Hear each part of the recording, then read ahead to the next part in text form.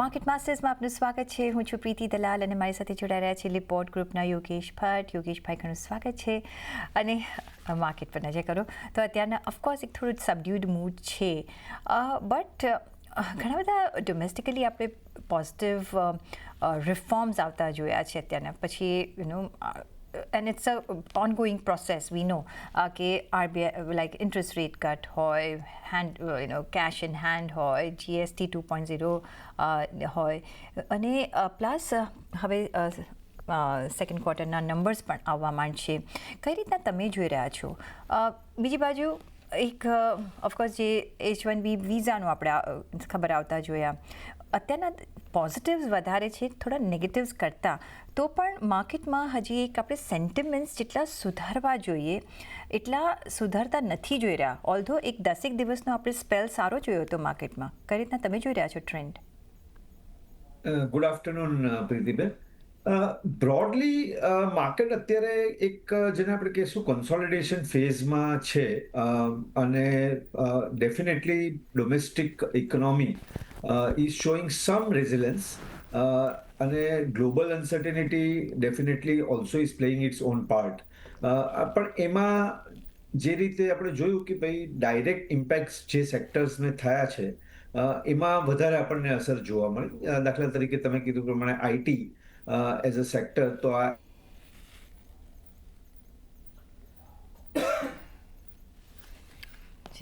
Of course તો આપણે જોઈ રહ્યા છીએ કે ઘણા બધા ફેક્ટર્સ પોઝિટિવ છે ડોમેસ્ટિકલી આપણે જોઈએ, પણ હજી ટેરિફની થોડી ચિંતા, થોડું જીઓ પોલિટિકલ, થોડું રૂપી ડોલરની આપણને ચિંતા છે, જે રીતના રૂપી એક વીકેસ્ટ મોમેન્ટ પર અત્યારના છે. જી યોગેશભાઈ. તો પ્રીતિબેન, એમાં એવું છે કે અત્યારે ડેફિનેટલી આઈટી સેક્ટરને ડાયરેક્ટ ઇમ્પેક્ટ આવી છે. હવે કંપનીઓએ પોતાનું ગણિત કરવું પડશે કે કેટલા percentage of employees H1B visa પર છે, કારણ કે આ જે કોસ્ટ છે એ તો બેર કરવી થોડી મુશ્કેલ લાગે છે મેજોરિટી ઓફ ધી એમ્પ્લોઈઝ માટે. પણ એટ ધ સેમ ટાઈમ થોડું ઘણું બિઝનેસ મોડેલ ચેન્જ કરીને ઓફશોરિંગ વધારી શકે છે. પણ નેટ યસ, અત્યારે અનસર્ટિનિટી રહેશે અને એની અસર આપણને જોવા મળી રહી છે કે આખું સેક્ટર અત્યારે કોન્સોલિડેશનમાં છે. કમિંગ બેક, એટલે આ આઈટી ક્ષેત્રથી હવે લોકોના ઇન્વેસ્ટર્સના માઇન્ડમાં એક કન્ફ્યુઝન રહ્યું છે કે ભાઈ આના પછી કદાચ ફાર્માનો નંબર તો નહીં આવે, અને એમાં પણ જો કોઈ આગળ જતા રૂલ્સ ચેન્જ થાય તો એની અસર નેગેટિવ આપણને જોવા મળે. એટલે એ પર્ટિક્યુલર સેક્ટર પણ સિલેક્ટિવ સ્ટોક્સ છોડી દો. કારણ કે થોડુંક આપણને એક ખરીદી વધતા આપણે આવતા જોઈએ છીએ, જો કે માર્કેટ બ્રેથ હજી પણ નેગેટિવ જ છે, પણ સૌથી વધારે અત્યારના સ્ટ્રેન્થ દેખાડી રહ્યું છે એ છે બેંક નિફ્ટી. નિયરલી 0.5% નજીકની અહીં આપણે તેજી જોઈ રહ્યા છે. 250+ પોઈન્ટની તેજી સાથેનો કારોબાર છે. 55,540ના લેવલની આસપાસ તમને ખરીદી દેખાશે. ત્યારબાદ જો તમે નજર કરો તો એક ફ્લેટિશ ઝોનમાં સેન્સેક્સ અને નિફ્ટી અત્યારના કામકાજ કરી રહ્યા છે. એકદમ ફ્લેટ ઝોનમાં તમને અત્યારના કારોબાર દેખાશે. 82,170ના લેવલ સેન્સેક્સના, નિફ્ટીમાં 25,200ના લેવલની આસપાસ તમને કારોબાર દેખાશે. પણ મિડ કેપમાં દબાણ છે, જો કે પહેલાં કરતાં દબાણ ઓછું થયું છે. અત્યારના 30 બેઝિસ પોઈન્ટનું તમને દબાણ જોવા મળશે 250 પોઈન્ટ સાથે 58,524ના લેવલ્સ. માર્કેટ બ્રેથ નેગેટિવ તો છે, પણ એમાં થોડી ખરીદી વધી છે. 1,586 કાઉન્ટરમાં જ્યારે વેચવાલી, ત્યારે 1216 કાઉન્ટરમાં તમને અત્યારના ખરીદી દેખાશે. પણ જે રીતે યોગેશભાઈ આપણે વાત કરી રહ્યા હતા, અત્યારના માર્કેટમાં મિક્સ સેન્ટિમેન્ટ્સ છે, તો કઈ રીતના આપણે કામ કરીશું? કયા તમને લાગે છે કે કયા એવા ડ્રાઈવર્સ રહેશે આગળ જતાં માર્કેટના સેન્ટિમેન્ટ્સ સર્ટન કરવા માટે, સુધારવા માટે? સૌથી ઇમ્પોર્ટન્ટ રહેશે કે આપણે અહીંયાથી આપણા આવનારા અર્નિંગ્સ કઈ રીતે રન થશે, અને અર્નિંગ્સ ની બધો આધાર ડેફિનેટલી અત્યારે જે ગવર્મેન્ટ તરફથી પણ રિફોર્મ્સ આપણે આવ્યા છે, અને એને કારણે જેટલું સેન્ટિમેન્ટ આપણને ઇમ્પ્રુવમેન્ટ જોવા મળશે તો એ આગળ જતા આપણને ફાયદો થશે. અને આપણે તમે કીધું પ્રમાણે ગઈકાલે જ ઓટો કંપનીઝના સ્પેશિયલી 4 વ્હીલર્સ અને 2 વ્હીલર્સના જે નંબર્સ આવ્યા, એ એક કોન્ફિડન્સ આપી રહ્યું છે કે થોડીક ફેસ્ટિવ ડિમાન્ડ આપણને અર્નિંગ્સમાં ઇમ્પ્રુવમેન્ટ કરાવવા માટે આવે. બીજું જે ઇન્ફ્રાસ્ટ્રક્ચર લેડ અને સિમેન્ટ વગેરેના જે સેક્ટર છે, એમાં પણ આપણને થોડી પોઝિટિવ મોમેન્ટમ જોવા મળી શકે છે. અને જે પાવર અને યુટિલિટી સેક્ટર્સ છે એમાં પણ આપણે આગળ જતા રિઝનેબલ ગ્રોથ અને ડિમાન્ડની આપણે આશા રાખી શકીએ. તો બેરિંગ એક્સપોર્ટ રિલેટેડ સેક્ટર જેમાં અત્યારે અનસર્ટિનિટી છે બોથ ટેરિફને લઈને અને H1 વિઝાની લીધે પણ જે રૂલ્સ ચેન્જ થયા છે, તો આ બંનેને કારણે અત્યારે એક્સપોર્ટ જે લેડ સેક્ટર્સ છે એમાં થોડુંક આપણને ઘટાડો જોવા મળી શકે છે. પણ પ્યોર જો આપણે ડોમેસ્ટિક ઇકોનોમીની વાત કરીએ તો એમાં આપણને at the margin, I am not saying કે એકદમ જ ઇમ્પ્રુવમેન્ટ આવી જશે, પણ એટ ધ માર્જિન કદાચ લાસ્ટ ક્વાર્ટર કરતા આપણને આ ક્વાર્ટરમાં બેટર નંબર્સ જોવા મળે. તો એઝ વી નો કે આપણે નોટ બિકોઝ કે જીએસટી ઇમ્પ્લિમેન્ટ થયું છે, પણ આપણે ઓલવેઝ કહેતા આવ્યા છે કે ડોમેસ્ટિક નેચર ઓફ બિઝનેસ પર આપણે ધ્યાન રાખીશું, બિકોઝ અત્યારના એક મોસ્ટ સર્ટન છે અને ઓફકોર્સ એ આપણા ભારતના ગ્રોથ માટે પણ આપણને હેલ્પ કરશે. અને હવે જીએસટી 2.0 જ્યારે ઇમ્પ્લિમેન્ટ થઈ રહ્યું છે તો આપણે ઓટો સેક્ટરમાં ડે 1થી આપણે એક સ્પાર્ક જોયો. જે રીતના મારુતિ હોય, આઈશર મોટર્સ હોય, ટાટા મોટર્સ હોય, હુન્ડાઈ હોય, જે કોઈ એક સારો એવો રિસ્પોન્સ મળ્યો છે એ લોકોને. હજી તો શરૂઆત છે આ, રાઈટ. બીજા સેક્ટર્સમાં પણ આની આપણે ઇફેક્ટ જોઈશું.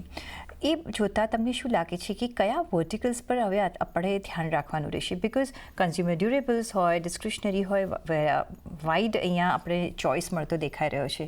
ક્યાં તમે નિવેશ કરશો?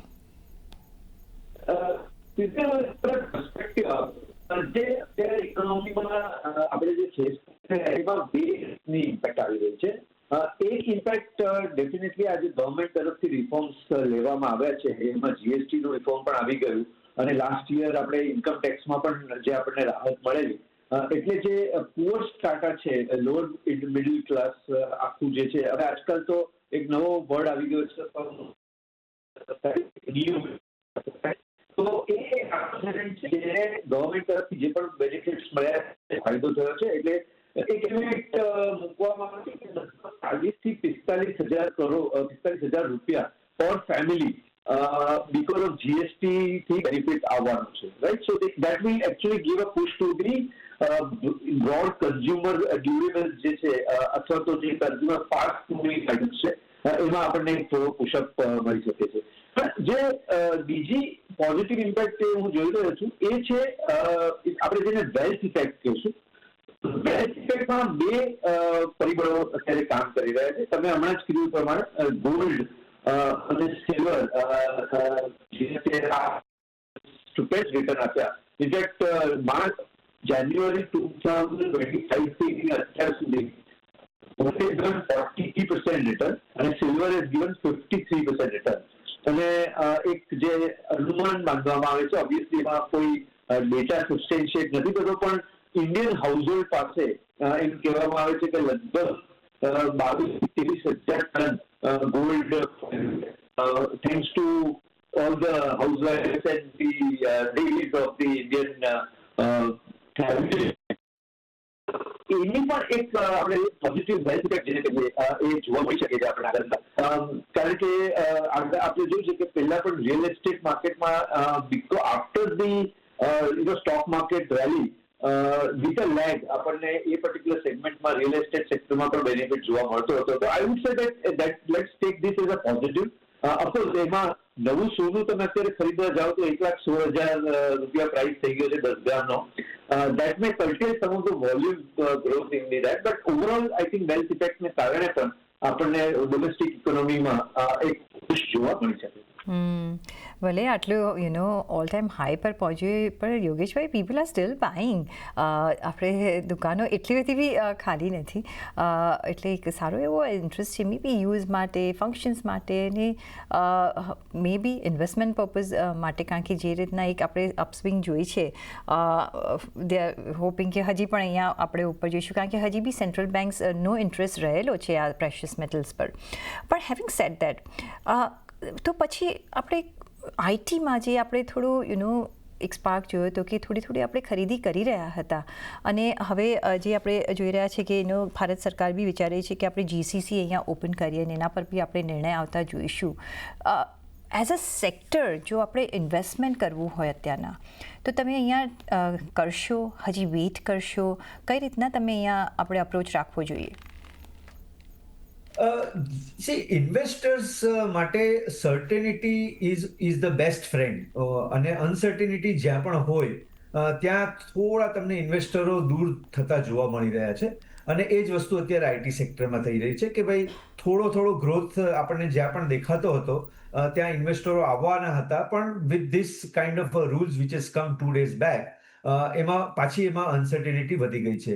પણ એના કરતાં પણ આઈ થિંક જે મહત્વનો મુદ્દો સમજવાનો જે છે એ છે કે ભાઈ આફ્ટર ધ ટેરિફ જે આપણને લગાડવામાં આવ્યા, ઓફકોર્સ ધ નેગોશિએશન્સ આર ઓન, અને ગવર્મેન્ટ તરફથી પણ એવું એશ્યોરન્સ આવી રહ્યું છે કે કદાચ નવેમ્બર મહિના સુધી આપણને આ ટેરિફમાં પણ રાહત જોવા મળી શકે છે. પણ જે યુએસ ગવર્મેન્ટ તરફથી અને પ્રેસિડેન્ટ ટ્રમ્પ તરફથી જે ઇન્ટેન્શન્સ જોવામાં આવ્યા છે કે ભાઈ this was one sector, which is one of the largest as far as India is concerned. અને એમાં પછી ક્યાંક કઈ રીતે આ વસ્તુને આપણે અટેક કરીએ, અને એ જે ઇન્ટેન્શન છે I think that is actually worrying the investors the most. So I am saying that yes there would be some companies જેમાં આની ઇમ્પેક્ટ સૌથી ઓછી આવશે. ધેર આર સમ કંપનીઝ જેમાં આની કદાચ ઇમ્પેક્ટ થોડી વધારે આવી શકશે છે, કારણ કે આમાં નેગોશિએશન્સ થશે, રેટ્સનું ક્યાંક થોડું માર્જિન આપણે જવા દેવું પડશે. ત્યાંની કંપનીઓ જે આપણા એમ્પ્લોઈઝને લઈ રહ્યા છે કે આપણી કંપનીઓ ત્યાં આગળ જે ઓનશોર વર્ક કરી રહી છે એમાં માર્જિનમાં ક્યાંક ને ક્યાંક સ્ક્વીઝ લેવી પડશે. પણ net if I am seeing IT as a sector has been entered into again uncertainty phase. અને એનીવે ધ ગ્રોથ અને વેલ્યુએશન્સમાં થોડું હજી મિસમેચ હતું, એ હવે ઇનફેક્ટ વધી જશે. તો અત્યારે આપણે આ પર્ટિક્યુલર સેક્ટરને અવોઇડ ના સ્ટેજ પર રાખીએ તો વધારે બેટર રહેશે. તો અત્યારના માટે આપણે અવોઇડના કેટેગરીમાં રાખીશું, થોડી ક્લેરિટી આવવા દઈશું ને પછી we can choose and pick. તો IT avoid, consumer durables, consumer discretionary, yes એમાં ઇન્ટરેસ્ટ છે. બારિંગ દેટ તમને બીજા કયા એવા બાસ્કેટ્સ ગમે છે જેમાં we can put our money, અને જો ચૂઝ એન્ડ સિલેક્ટ કરવું હોય તો તમે પહેલાં ક્યાં નજર રાખશો? આઈ થિંક જે બ્રોડ જે વિઝિબિલિટી જે અત્યારે દેખાઈ રહી છે પ્રીતિબેન, એ ડેફિનેટલી ફિનાન્શિયલ એઝ અ સેક્ટરમાં આપણને દેખાઈ રહી છે.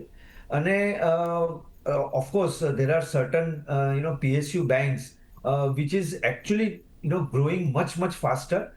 In fact, one of the largest bank of PSU in India, એમાં તો ઇનફેક્ટ હવે ડિજિટલી કેટલું બધું કામ થઈ રહ્યું છે. કોસ્ટ ઓફ ફંડ્સ એકચ્યુઅલી થોડા હવે નીચે આવી રહ્યા છે. થોડા નિમમાં પ્રેશર જોવા મળે છે, પણ જ્યાં સુધી ક્રેડિટ ગ્રોથ પર આપણને થોડી પકડ આવશે તો over a period of time we will get decent return. પણ apart from the pure banks, I would say that there are so many other financial sector related જે સબ સેક્ટર્સ જેને આપણે કહીશું. એમાં તમારે બ્રોકિંગ ઇન્ડસ્ટ્રીઝ આવી ગઈ, asset management companies આવી ગઈ, NBFCs આવી ગઈ, ગોલ્ડ ફિનાન્સ કંપની આવી ગઈ. તો આ આખો જે વેલ્થ મેનેજમેન્ટ કંપની આવી ગઈ. તો આખો જે સ્પેક્ટ્રમ છે એમાં સિલેક્ટિવ ઓપોર્ચ્યુનિટીઝ ડેફિનેટલી મળશે. અને ઇન્ડિયાનો જે થીમ છે, અહીંયાથી પણ આપણે જોયું SIP book has been now grossing almost at 28,000 crore. તો જે બચતની અને ફિનાન્શિયલાઇઝેશનની જે હેબિટ આપણે અત્યારે જોઈ રહ્યા છે રિટેલ ઇન્વેસ્ટરો તરફથી, તો એ આગળ જતા આપણને આ પર્ટિક્યુલર સેક્ટરમાં રિટર્ન્સ આપી શકે છે એવું ડેફિનેટલી લાગે છે. What about commodity sectors like oil and gas હોય કે મેટલ્સ હોય, બારિંગ ઓફકોર્સ આપણે સિલ્વર અને ગોલ્ડની તો વાત કરી લીધી છે, સ્પેશિયાલિટી કેમિકલ્સ હોય, કઈ રીતના અહીંયા કોઈ સ્કોપ છે નિવેશ કરવા માટે? So I would do kind of not investment એંગલથી, પણ યસ જે ટ્રેડિંગ એંગલ આપણે જેને કહીએ કે ભાઈ થોડું ફાસ્ટ મૂવ કરવું પડે ઇન્વેસ્ટ કરીને, શોર્ટ ટર્મ વ્યૂ લઈને જો આપણે ટ્રેડ કરીએ, તો એમાં ડેફિનેટલી આ કોમોડિટી એઝ અ સેક્ટર આવી શકે. કારણ કે મેજોરિટી ઓફ ધી કંપનીઝ અને even commodity prices are I would say at a elevated levels, અને એને કારણે it is not at a very cheap levels. જો આપણે પ્રાઇસ ટુ બુક મેથડથી આપણે વેલ્યુએશન્સ કમ્પેરિઝન કરીએ તો nothing is available reasonably cheap in the pure commodity sector. So I would say that એ એંગલને આપણે પર્ટિક્યુલર સેક્ટરને, કોમોડિટીને ટ્રેડિંગ એંગલથી લઈ શકીએ, જેમાં તમારે ફાસ્ટ મૂવ બી કરવું પડશે. Coming back to speciality chemical, yes this is one segment which is forming a decent bottom, I would say. અને જે ચાઇના રિલેટેડ ઇશ્યુઝ હતા એ over a period of time જો થોડા સોલ્વ થતા એવું દેખાય આપણને, તો આ પર્ટિક્યુલર સેક્ટરમાં એ ડેફિનેટલી ઇન્વેસ્ટમેન્ટની તકો ઘણી છે, કારણ કે આખું એક સેક્ટર અંડર પરફોર્મ કર્યું છે for the last almost 3.5 years. સો યોગેશભાઈ, અગર અમારે સમજવું હોય કે વોટ આર ધ રિસ્કીયર પ્રપોઝિશન્સ જેમાં આપણે અત્યારના નિવેશ કરી શકીએ પણ રિટર્ન્સ કદાચ આપણને સારા મળી રહે, અને એ રિસ્ક હેજ કરવા માટે તમે કયા સેક્ટર્સમાં એઝ અ ડિફેન્સિવ તમે નિવેશ કરશો, જેથી જો કંઈ ઉપર નીચે જાય છે તો તમે અહીંયા થોડું તમારા ઇન્ટરેસ્ટ સેફગાર્ડ કરી શકો? જો આ એનું કોમ્બિનેશન કરવું હોય તો તમે ક્યાં કરશો? પૃથ્વીબેન, તો મેં તમને કીધું પ્રમાણે આપણે ફિનાન્શિયલ્સમાં એક ટ્રેજેક્ટરી રાખી શકીએ, એમાં હાઈએસ્ટ એલોકેશન કરી શકીએ. પછી જે કન્ઝમ્પશનનું સેક્ટર્સ છે એમાં થોડા હાઈ એન્ડ કન્ઝમ્પશન આઇટમ્સ જે છે એમાં તમે ડેફિનેટલી રોકાણ કરી શકો. મેં તમને જે વેલ્થ ઇફેક્ટની અસર સમજાવી, તો તમે જુઓ હાઈ ટિકિટ આઇટમ્સમાં ઇવન રિયલ એસ્ટેટ સેક્ટરમાં પણ high end realty sector is doing reasonably well. I would say that commercial real estate also is likely to perform well going forward. તો આ બધા સેક્ટર્સ બ્રોડલી ઇન્વેસ્ટમેન્ટ એંગલથી લાગી રહ્યા છે, અને ડોમેસ્ટિક સેક્ટર્સ પણ જે છે જેને કોઈ મેજર એક્સપોર્ટ સાથે કનેક્શન ઓછું હોય છે, દાખલા તરીકે સિમેન્ટ છે કે ઇન્ફ્રાસ્ટ્રક્ચર છે કે પાવર છે, કારણ કે એ એક ડોમેસ્ટિક ડિમાન્ડને કનેક્ટેડ સ્ટ્રેટ સેક્ટરો છે, તો એમાં પણ આપણે ડેફિનેટલી રોકાણ કરી શકીએ. અને આઈ વુડ સે દેટ એની સામે તમારે હેજ કરવું હોય તો yes, you can be a reasonably underweight or almost nil in the IT sector, reasonably underweight even in the pharma sector, અને reasonably underweight even in the capital good sector. કારણ કે capital good સેક્ટરમાં પણ અત્યારે તમે જુઓ કે private કેપેક્સની હજી જે આપણને ગ્રોથ જોવો જોઈએ એ દેખાતો નથી. તો I would say that there also I would try to remain little bit underweight as a sector as a whole. Okay, so of course એક તમારે રણનીતિ બનાવીને આગળ ચાલવું પડશે, કારણ કે આપણે જ્યારે કહીએ છીએ કે ડોમેસ્ટિકલી ફોકસ એરિયામાં તમે નિવેશ કરો તો આપણે એટલું કોન્સન્ટ્રેશન પણ નથી જોઈતું, એટલે તમારે ઓછા વત્તા બધા જ બાસ્કેટમાં તમારે થોડા પૈસા મૂકીને તમારે આગળ એક બેલેન્સ પોર્ટફોલિયો બનાવવો પડશે. પણ ઓન દેટ નોટ, યોગેશભાઈ, ઘણો આભાર તમારો અમારી સાથે જોડાવા બદલ અને આપના વેલ્યુબલ વ્યૂઝ અમારી સાથે શેર કરવા બદલ, અને એ સાથે જ મને પણ આપશો રજા. પછી જોડાયેલા રહેજો CNBC બજાર સાથે. નમસ્કાર.